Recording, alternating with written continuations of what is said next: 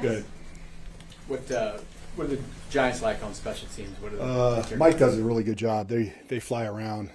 You can look at their. I always tell our guys, I said, check out the field goal block. See how hard they play on field goal block. That always tells you how hard a special teams unit plays, and they fly around. They get after you. So that's just one phase, but they're on everything. They do it all.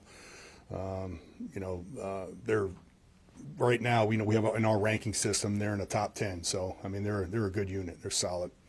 We're a couple weeks into the new kickoff rule. Is it going how you expect the number of returns and all that? Yeah, I thought it would be in the 80%, tile as far as how many returns, and that's right where it's at. So I like it. I love it. I love the fact that every kickoff and every return is important, and it's good for me. It's good for us. Have you seen anything from any teams that surprise you about like the way they kick it off, or? No, it's kind of like, what we've seen is, what we've seen is what we do, and I think everybody's on the same page with this thing. So, Coach, is there a ripple that went through the special teams community at the end of that Indy Broncos game?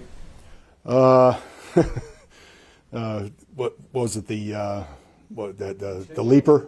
The leaper? Is that what happened?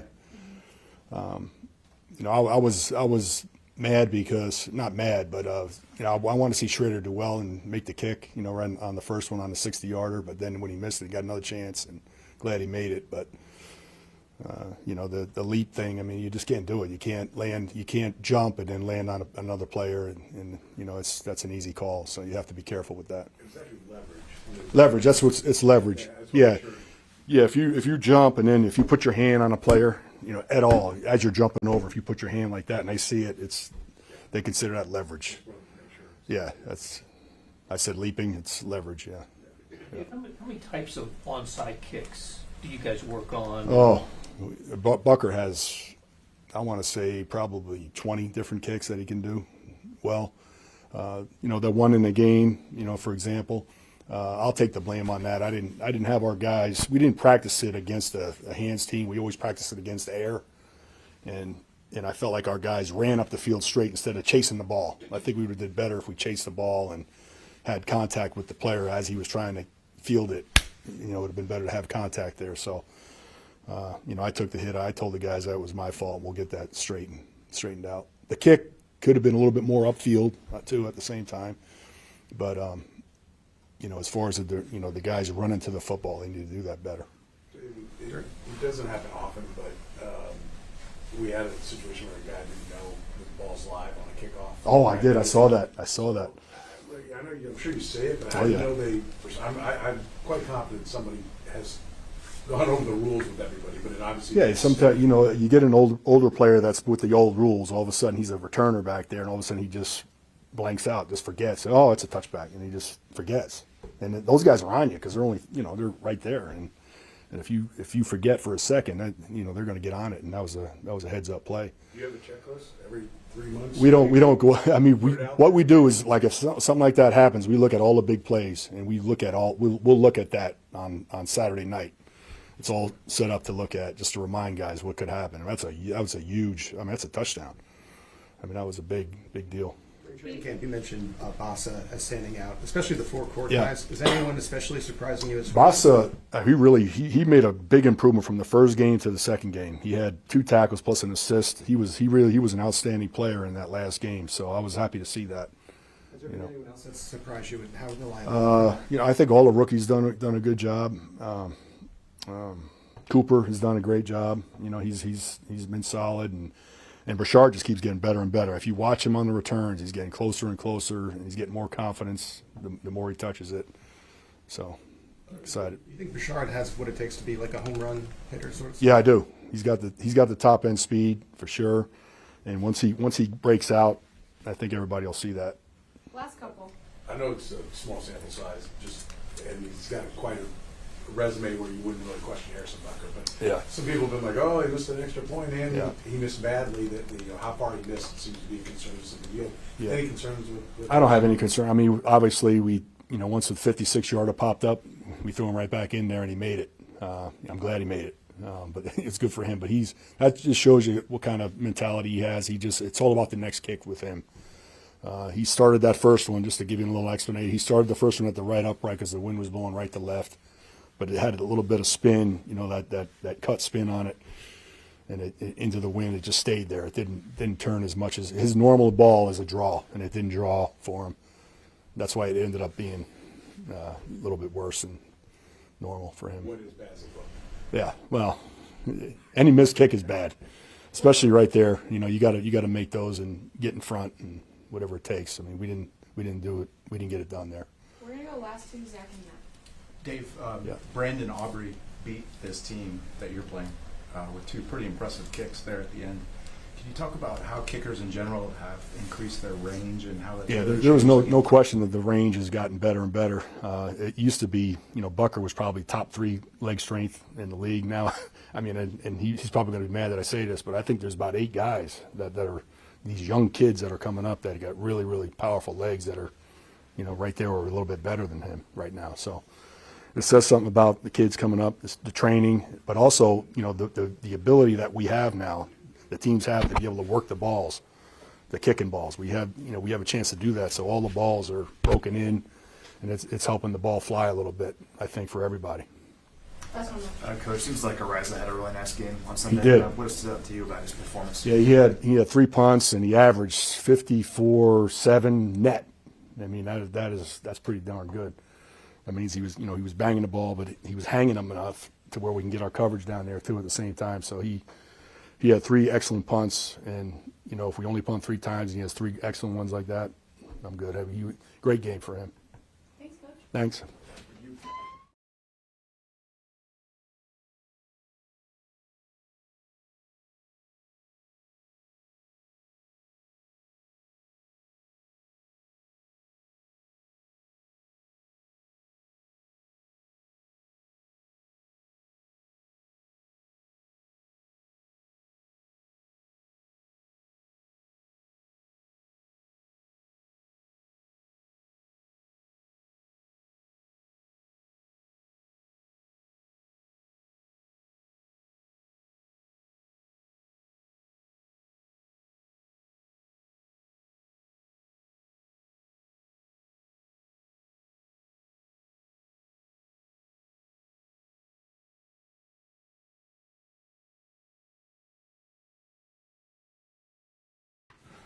What does that mean?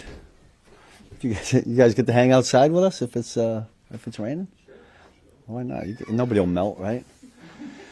No, I don't have really anything. We're excited to play the next team. We're looking to try and find our first win. So we're working toward all that this week. But with that, I'll just open it up. Coincidentally, the last time the team was 0-2 and made the Super Bowl, 2007 Giants, and you were on that obviously as defensive coordinator, and now playing the Giants too. Just your memories of that team and what it took for them to come back from that start, and what do you see out of this team that can do the same thing?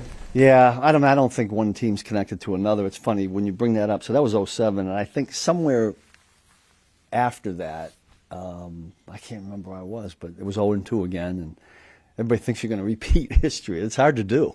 That was a pretty special year. That was what I do remember about it is the guys. Nobody panicked. Nobody jumped ship. Everybody kind of stuck with it, and there could have been that. I mean, I was new that year, and so I think the defense could have said, "This guy doesn't know what he's talking about, and what are we doing all this stuff for?" But and we had a pretty memorable game. We went to Washington, and it was pretty nip and tuck, and then we had a big goal line stand in the fourth quarter. I think we stopped them on a 4th down.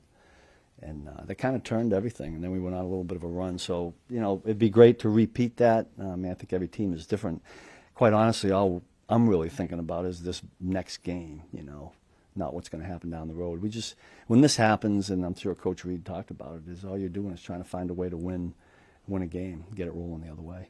Steve, when you look at the first couple of weeks, Chris's pressure ratings and then what custody too, how would you just evaluate? I have so the analytic people that are here, Mike Frazier and his crew, give me a sheet every week on how many double teams he's getting.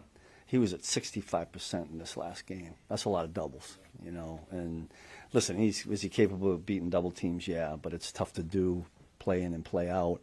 That may have something to do with it. And look, things I don't just grade it on sacks. I'm glad you bring it up as pressures, Sam, because I think that's the most important thing. But hopefully we can get rolling here and get the down and distance favorable to us. Maybe that'll change, but we're banking on Chris doing some of that. When he gets doubled, is it the job of everyone else to be winning? Well, no question. That's a great point. Now, there were a couple of downs there last week where they kept 7 people in. After we ran a couple of pressures, they started to do that a little bit. So not everybody's got a single when he is doubled. But, yeah, there is some, I would say that's true. Since snaps were up, I'm just curious what you've seen Yeah. as far as development. I mean, they're up for a reason. He's played pretty good football for us. Now, the first game, right, he got the elbow, and I think he only had 9 plays. He'd have had more there. I just see him continuing to do that. I think the guys are getting a lot of confidence in him. Every time I think I mentioned this last week, every time I turn the one-on-ones on, against our guys, I think he's doing a really good job. So he'll keep ticking upward. Coach, can you talk about Russell Wilson, how he looks on tape? Yeah, savvy vet, loves to throw the long ball and throws it really well. And he's got guys that can go get it. Now, I mean, we're not in the same conference. It's NFC, AFC, so we don't see a lot of crossover film. So I haven't been able to appreciate the talent that this football team has on offense. And you put a guy in like Russell Wilson, who's capable of taking a game over. I've seen that happen. We've gone against them before. So we're fully aware of that. I think the skilled people that they have are really, really good. Use the high blitz rate for you guys. Was that something that was You talking about last week? Yeah. Was that something Eagle specific, or is that something that this team can do well? Well, I'm hoping that we can do it well all the time. They're always there. They're always on the list. It's whether we get to them or not. That's the key. And I'm trying to pick the right situations to do it because, they don't always work. I'd like to think if they did, everybody'd be running them, right, every down. But hopefully we can get ourselves in situations where we can use those as much as we can. We'll see what happens this week. Steve, from a pass rushing perspective, what do you need from your front four characteristic and mentality-wise to collectively be successful in this scheme?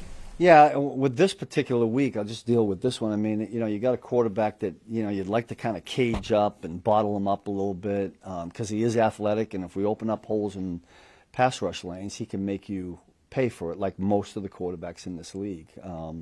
But we'd like to be able to do some things and work some games, but we'll see where that goes. I mean, it's dictated by, can we get him in third down? Can we get him in, can the score be such that we know they got to throw it more than run it? When it's not like that, it's pick and choose. I think offenses nowadays, and this team is one of them, on first and second down, when they choose to throw it, they're what I call all block. Like, they got a lot of bodies in there, whether they're chipping and getting their way out, tight ends and running backs, or they're keeping linemen in, and that makes it challenging. That's why we got to cover for a long time, and hopefully somebody punches a hole in the play action pass protection, and we get somebody home.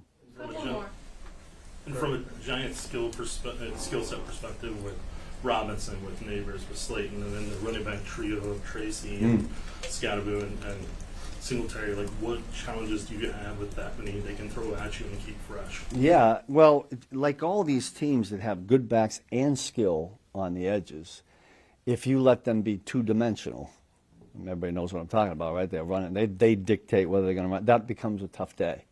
So hopefully we can get it one-dimensional, and the only way we can do that is to, stop the run or make that a focus. So that'll be the intent. That's what we'll hope to do early. Coach, just Malik Neighbors specifically, Yeah. how good he's been. I mean, what are you seeing on tape with him? I didn't realize how big he was. Like, I'm talking about physically put together. Like, we put pictures up in our unit meeting room with the team we're playing. There's one of him, and boy, he's rock solid, man. He's got forearms, and so he's a physical guy, and he can go up and get the ball. His catch radius, I mean, we talk all about that. He's going to be a guy we need to take away.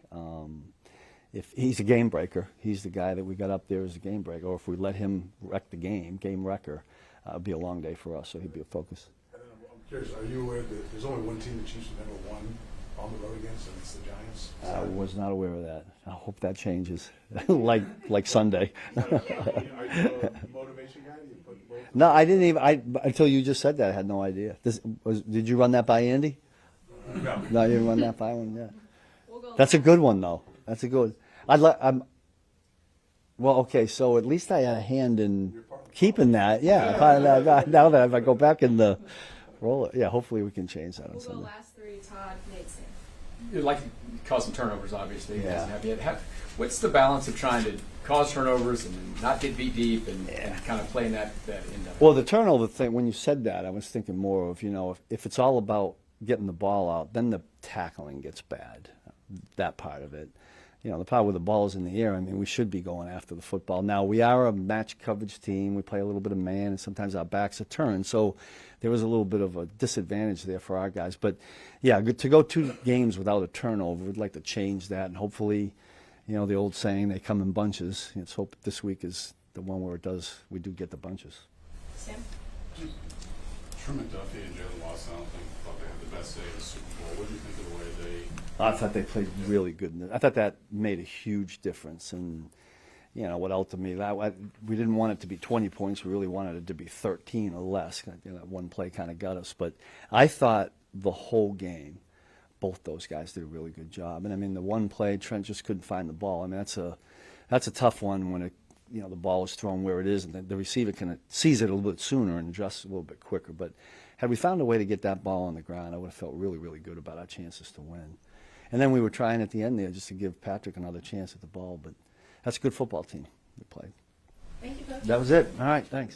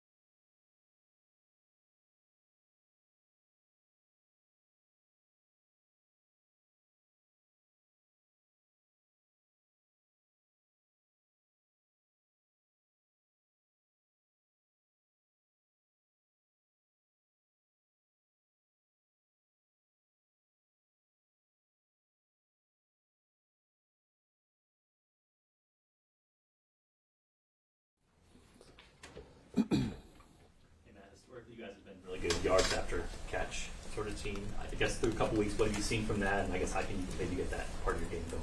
Yeah, we want to get explosives going any way we can. Yards after catch, run or pass is important. So we want to make sure we stick to that and understand that. But at the same point in time, I think like just the execution part of it, whatever it is, if it's run after the catch, if it's more of an explosive play downfield, anything is really what's important to us. So, but that's certainly something we want to focus on.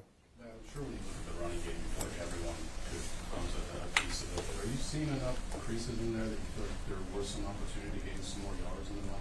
Yeah, it's hit and miss per play. There's some runs where I think we all see that, and the RBs see it. I think that's every game. It's our job as coaches to make sure that they understand where that's at and then when to hit it is a big part of it. So the correction part of any game, when you go through it, win, lose, or draw, you want to make sure that we're teaching the right stuff to them, and then they got to execute it. So the one thing, just understanding with our RBs and knowing that in our run game, we want to really get that going. It hasn't been there yet, but that's something that we want to emphasize. Pretty even split between Kareem and Pacheco. Is there any thought to maybe giving one guy a little bit more than the other, or you just want to stay? I don't think necessarily. The running back position, guys can get hot when they have certain carries. You can start to feel that. Some games are different for other guys, but we don't have anything in particular where we're like, we got to get, one or the other more carries. But it's probably, like a shooter, when you're hot, you're on fire, you get them more carries and vice versa. Matt, is it easier to get the running game going from under center? Okay. Have a little more, that the defense has to prepare for, not, as opposed to maybe a limited number of run plays that you have out of a shotgun or a pistol? What I would say to that part, so a couple parts to that. Number one is the team. Who are you? Are you a running team? Are you a passing team? And then the next level to that is when you do decide to run the ball. I think what you're insinuating is a little bit of, we call them breather runs per se, and almost for Pat, they're breather runs where it might not be the RPO style, where there's less decision making. It's more just downhill at you. So are we more of a gun run team? Yes. Are we looking at dot runs as well, what you're getting to? 100%. So we're really trying to evaluate what are we best at. I think the biggest thing that we're probably all tackling in this room right now that you guys are probably wondering and asking, and we want to get to as soon as we can, is what is our identity? And that's across the league. Everyone starts to create one, and the sooner you find that identity on offense with the players you have, the better you can be. So to your question, the dot runs, downhill, we call them breather runs, are certainly a part of it. I know you guys come up with a game plan. Pat's part of that. You look at, hey, what do you like? What do you not like? Does Pat like being under center? Is he comfortable with that part of the equation? I mean, I know where he came from in college. You guys have done a lot out of the gun. Is he good with that kind of? He'll be comfortable when it's productive in any run game. I mean, any quarterback's best friend is a run game. It helps out with so much. What do you think your identity should be, Matt? Well, that's every year it's a little bit different of a question for everybody, but whatever it is, whether it's running the football, play action, RPOs, drop back, it's a little bit, I'd say the Kansas City Chiefs with our quarterback is probably a little bit more drop back, and maybe not as much play action for some teams, but it's really when I say identity, it's not so much 30,000 foot view run and pass, it's more scheme-wise, whether it's in the run game, inside zone, outside zone. Matt, so much on what St. Joe and throughout the preseason on the explosive plays, and just how would you evaluate so far? I know there's some that Mahomes has missed out on that I'm sure he wants back. Yeah, we're always going to look at that and make sure that we're executing those type of downfield plays when we have them, and sometimes teams are taking them away. One thing you're probably noticing early on is there are more downfield throws this year than in years past. Now we just got to connect on some of them. We did it at the end of the game. It was too late. We want to keep that going and be able to, when we look at as a staff and as a team, to me it's about starting fast. The last two games now we've gone 3 and out, and we want to start fast, and that helps our defense out. So how do we get to that point? I don't care if it's run or pass. How do we get touchdown on the first drive? Herbie, and then we'll go Taylor. Coach, you mentioned trying to figure out that identity. How much has the absence of Rasheed Rice and Xavier Worthy, Jalen Boyles in these last 2 games affected not able to establish an identity? Probably one of the first things that what I love about Coach Reed is what he instills in his players and coaches is we stay away from the excuses of the personnel part of it, or you don't have this or don't have that, and so we're all engraved that way. What's real is that you go through training camp and you go through OTAs. Timing is important. At the same point in time, the next guy up mentality for when there are issues or a suspension or whatever, when you don't have those guys, we got to roll. Like that's who we have. So that's what I think for us as coaches is how do we put the players in the best position to what they do best to succeed. And you look at the last 2 games against, really the last 3 games against 3 really good, 2 defenses with the Chargers and the Eagles. It's not easy, but we're there, and it's not good enough for us, but we know we are close. And then the next part that Coach Reed does is, and Veach, is they bring in people that are really good at handling adversity. And I think more than anything, when you go through obstacles like we're going through right now, trying to figure out what is the identity, how do we put more points up with where we're at right now, it's easy to do when you have good people. Some places don't have that. And so what I really like is we have that, and so that's what we're going to do. Taylor? Speaking of bringing in guys, people were fired up about Josh Simmons making that tackle off the Travis Kelce interception. What's that say about him, and what do you think about him, the rookie, making that play? It was spectacular, and it just goes to show that it can be anybody at any time that can make a big time play. And I also say this: everyone saw that tackle, which he was going with his miles per hour and making a great hit, right? It saved a big time play. But we also, you go back and look, number 5 was going to get him too. And you go look at Hollywood and what he was doing from that angle, he was going to be next. So one thing that we try to do is really make sure that we're holding each other accountable and get together and show that kind of stuff and let them see not just the bad stuff or what we can do better or what we can call better, execute, but also too the good stuff of what's there and what we're going to get to, because we will get there. Last 2 quick ones, Todd and then Nick. So Patrick, has told us a couple times about throws he's missed early against Noah and the later one to Thornton. Are we just seeing some of these things because you're 0-2, or has this been more mistakes or misses than you've seen in years past because they just maybe been missed because you win the games? Or is it about the same number of missed throws? Yeah, my initial reaction to that question is probably it's magnified when you're 0-2. I think that's probably something we'd focus on more. And we look at it every game. I mean, we want to, going into this year, we've talked about the mindset of aggressiveness and being aggressive. So sometimes the incompletions are still investment throws for stretching the defense and not letting them just play 10 yards downfield. So, but in practice, I think that's where we got to make sure, are we taking the shots, and then are we catching the ball in practice, taking that to the game? But we're on it every day, making sure that we're not going to stop with that. We got to keep that going. Last one, Nick. Matt, for Brashard Smith and Robert Tonyan, how do you work at integrating them in the weeks ahead here to get them touches and targets? Both really good players. Both have packages, and they understand too that they're both next man up mentality. So you look at our tight end room, and Bobby's done a great job at stepping in, and he's a vet. He's done a lot of good stuff for us. So there's a lot of trust in him.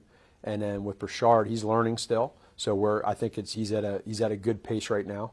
And then we'll continue to keep him in some packages and keep changing up what we do with him. And he's really growing. So I like both of those guys. Thanks, Coach. All right.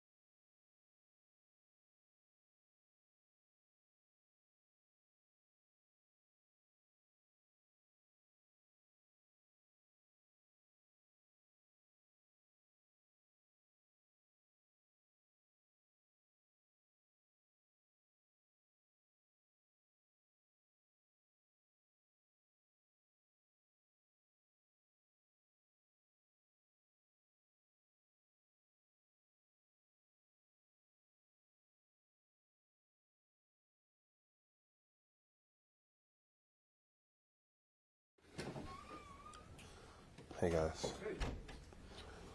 Chris, obviously, you know, when a game is not going to be happy, but what's the attitude been like for preparation this week? Any more urgency when you're 0-2? I think it's always a sense of urgency in this building. Urgency kind of picks up when you're not winning. The energy is good. I think you got to keep the energy high. Still first quarter of the season. Can't get down on ourselves. We got to continue to push each other, get the best out of each other, and tighten up on the details. What did you see from the Giants passing game last week? Russell Wilson had a huge game. Played lights out. I think he had 400 passing yards. Definitely put themselves in a position to win. Just when you're facing a kicker who can kick a 70-yarder, it's just tough. But I think the offense played really, really well. Malik is a heck of a receiver. Russell Wilson is, you look at his PFF report, he's probably one of the best deep ball throwers in the game right now. I've been like that for a long, long time. Been top 5 deep ball thrower for a long, long time. So we give this guy time. He can definitely deliver it downfield. So, I think their offense is well-rounded. They got a rookie who is stellar. I love the fire that the rookie brings. So I think the offense is really well-rounded. Chris, given the fact that he does go deep a lot, I know the pass rush is always important. Do you find it particularly important against a team like this that likes to throw the ball deep? I think the pass rush is always important for us to get after the quarterback. I think we got a lot of good guys in our room who can rush the passer. We got to tighten up the detail and utilize that a little more. Last week you said you wanted more energy from the defense, like out of the gate. Do you feel like you guys did that in week 2, and anything you want to see from week 2 into week 3? Yeah, of course. I think it was a step toward progression. And one step a day. That's what I tell the guys, one step a day. We don't have to take huge strides. If we continue to take one step a day, and by the time we get in December, we can look back at this moment of adversity, and we can learn a lot from it, and we can continue to build from it. We're all in this together. We're all leaning on each other, pushing the best out of each other, and we're taking one step a day. Progress compounds, and we continue to take a step a day. We'll still get better, and we'll get this thing turned around soon, very soon. Coach Spags was talking about the amount of double teams you face. It's been happening to your whole career, but how much does that weigh on you and bother you? I mean, how do you keep going at it when you know there's 2 or 3 guys kind of battle you and try to fight through that? Well, for me, year 10, just got to find more ways to be effective. Find more ways to get my guys around me going. Once I get those guys going, it can free me up, and I'm able to win a one-on-one. It's been going on for a while, so I don't think that's changing anytime soon. And if they don't double team me, then I got to win my one-on-one. I got to find a way to be effective. So it's a catch-22. Chris, what could a turnover, maybe even 2 turnovers on Sunday do for you guys as a unit, considering how much improvement you guys showed last week?